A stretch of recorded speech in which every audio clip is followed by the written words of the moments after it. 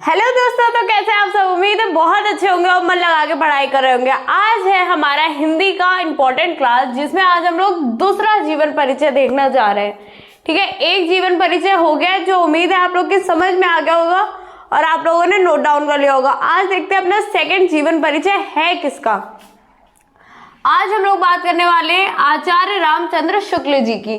ठीक, ये कौन थे, इनका जीवन कैसा था और इनकी प्रमुख रचनाएं कौन कौन सी थी, वो सारी चीजें आज हम लोग इस वीडियो में देखेंगे। स्टार्ट करते हैं आज का क्लास। नाम सभी को पता है क्या है? पहली चीज, जो बच्चे फर्स्ट वाली वीडियो देख रहे हैं उनसे रिक्वेस्ट है कि पहले वाली देख ले जाके, तो फॉर्मेट पता चल जाएगा कि आपको लिखना किस तरीके से। ठीक है, अब बहुत सारे बच्चे यहाँ फर्स्ट वीडियो देख रहे होंगे, ये उनको पता ही नहीं कि ये बॉक्स बनाया क्यों है। ठीक, बता देते हैं, ये बॉक्स इसलिए बनाया गया है क्योंकि ये सारी इंपॉर्टेंट चीजें एक जगह पे आपको दिखाई दे रही हैं। ठीक है, जैसे नाम हो गया, जन्म, पिता का नाम, भाषा, मृत्यु, रचनाएं, ऐसे सारा इंट्रोडक्शन जो है उनका वो यहाँ पे दिखाई दे रहा है, जिससे अगर एग्जामिनर पास टाइम नहीं है तो वो आपको यहाँ से भी देख के नंबर दे सकता है। क्योंकि अगर आपने यहाँ पे लिखा है, इसका मतलब आपने जीवन परिचय में कुछ तो लिखा होगा, हवाबाजी तो नहीं करी होगी। इसी वजह से ये बनाना बहुत ज़्यादा ज़रूरी है। आपको अपने एग्जाम कॉपी में भी बनाना है और जो आप अपने नोट्स बनाए उसमें भी ऐसा बॉक्स जरूर बना ले, जिससे आपके लिए भी अच्छी है, क्योंकि आपको ये सारी चीज़ें याद रहेंगी। आप बाई चांस कोई इनकी रचनाएं भूल गए मान लीजिए, लेकिन आपने कॉलम में लिख रखी है, आप उसे याद कर रहे हो, तो आपके दिमाग में एक या दो रचनाएं तो रहेंगी ही रहेंगी। ठीक, आगे देख लीजिए। इनका आचार्य रामचंद्र शुक्ल, जन्म हुआ था इनका 4 अक्टूबर ईयर 1884 में। कहाँ? अगौना, उत्तर प्रदेश में। ठीक है, अगौना एक जगह है जहां पे इनका जन्म हुआ था। कब हुआ था? 4 अक्टूबर ईयर 1884 में। ठीक है, आगे इनके पिता का नाम क्या था? चंद्रवली शुक्ल इनके पिता का नाम था। भाषा इनकी कैसी थी? खड़ी बोली। ठीक है, जिन्होंने हिंदी पढ़ना शुरू कर दी होगी उन्हें ये पता होगा कि खड़ी बोली लैंग्वेज कौन सी होती है। ठीक है, आगे देखते हैं। इनकी मृत्यु हो गई थी 2 फरवरी 1941 में। ठीक है, सारी चीजें क्लियर है। यहाँ पे ही देख लीजिए, आपको कितनी सारी चीजें पता चल गई। अब आपको, अगर आपके पास टाइम की कमी है तो आपको जरूरी नहीं है कि अपने जीवन परिचय में उनकी जन्म, उनकी मृत्यु लिखनी है। ठीक है, आप उसे स्किप भी कर सकते हो। जैसे आज के क्लास में मैंने कहीं नहीं लिखा है, खाली बस ये कॉलम बना है, क्योंकि ये आपके एग्जामिनर को साफ साफ दिखेगा। एग्जामिनर इसे देख के अच्छे नंबर देगा। ठीक है, रचनाएं कौन सी इनकी? चिंतामणि हो गई, तुलसी और आदि। आदि का मतलब बहुत सारी और है जो यहाँ पे लिखी नहीं है आपने। ठीक, आगे क्लास देखते हैं। आचार्य जी हिंदी साहित्य के एक प्रसिद्ध आलोचक, निबंधकार, साहित्य इतिहासकार थे। ठीक है, जो आचार्य जी हैं या जो शुक्ल जी हैं, ठीक है, वो कैसे थे? हिंदी साहित्य, जो हिंदी साहित्य होती है ना आपकी प्रोज वाली, जो कहानी कविताएं वाली होती है, कहानियों वाली होती है, लेखन वाली होती है, उसको बोलते हैं हिंदी साहित्य। ठीक, उसके एक प्रसिद्ध आलोचक, मतलब जो बहुत ज्यादा प्रसिद्ध थे, किस वजह से? अपनी कहानियां, अपने निबंध के लिए। और ये हिंदी साहित्यकार जो हिंदी के इतिहास के बारे में जानकारी देते, जैसे हिंदी को किसने बनाया, हिंदी में क्या क्या, कब कब, कौन कौन से चेंजेस हुए, वो सारी चीजें इनके द्वारा बताई गई है। ठीक है, की प्रारंभिक शिक्षा घर ही में हुई। जैसा कि ज्यादातर हम लोग निबंध में लिखते हैं कि जो हमारे लेखक है उनकी प्रारंभिक शिक्षा घर पे हुई थी, इसका मतलब ये नहीं होता है कि घर पे ही मतलब उनने स्कूल खोल रखा था, नहीं, क्योंकि पहले जमाने में इतने स्कूल्स वगैरह नहीं होते थे। तो जो माँ बाप पढ़े लिखे होते थे, जैसे चिंतामणि जी थे, चंद्रावली जी, ये काफी पढ़े लिखे थे। ठीक, इन्होंने अपने बेटों को अपने घर ही में पढ़ाया था। ठीक, आगे देखते हैं। 10वीं की परीक्षा पास की, गणित में कमजोर होने के कारण आगे की शिक्षा इलाहाबाद में की। ठीक है, जब शुक्ल जी 10वीं के मतलब अपने हाई स्कूल के एग्जाम दे रहे थे, तो इनका रिजल्ट जब आया था उसमें ये गणित में बहुत ज्यादा वीक थे, जिसके कारण इनके पिता ने इन्हें इलाहाबाद भेज दिया था। और आगे की किस चीज की पढ़ाई करी थी? इन्हें वकालत की थी, वकील की पढ़ाई करी थी। ठीक है, लेकिन बचपन से ही रुचि साहित्य में अधिक थी। शुक्ल जी को शुरुआत से पता था कि उनको जो है बड़ा होके क्या बनना है, किस चीज में उनकी ज्यादा रुचि है।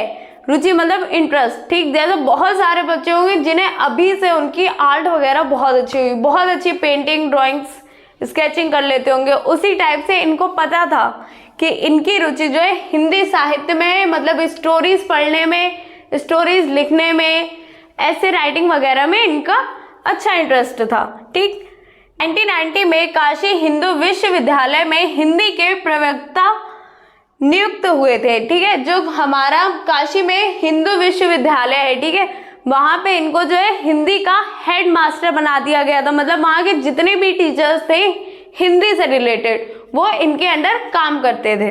ठीक, और बाद में भाग्य अध्यक्ष बना दिया गया था। मतलब जो हिंदी का पूरा डिपार्टमेंट था उसके हेड बना दिए गए थे। जितने हिंदी के टीचर्स थे वो सारे इन्हीं से बात करते थे आके।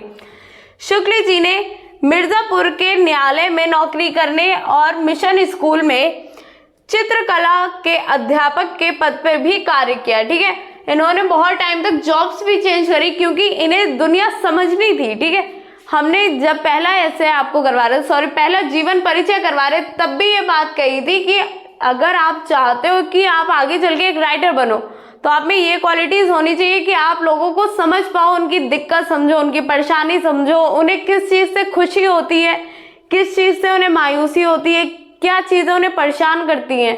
आप अपने चारों ओर देखो कि क्या क्या चीजें हो रही, फिर उसको आप अपने नोट्स में या अपनी स्टोरी में प्रेजेंट करो जिससे वो बिल्कुल असलियत लगे। ठीक है, उसी तरीके से ये जगह जगह नौकरी करते थे। जैसे यहाँ पे इन्हें न्यायालय में नौकरी करी, मतलब ठीक है कोर्ट में नौकरी करी। वहां पे इन्हें बहुत सारी चीजें देखी होंगी, जैसे कैसे जो है वकील जो है वो झूठ बोल देते हैं या किस तरीके से सच सामने आता है, ये सारी चीजें देखी। फिर इन्होंने क्या किया, मिशन स्कूल में चित्रकला के अध्यापक के पद पे कार्य किया। आर्ट बनाई, क्योंकि जब तक एक राइटर है उसे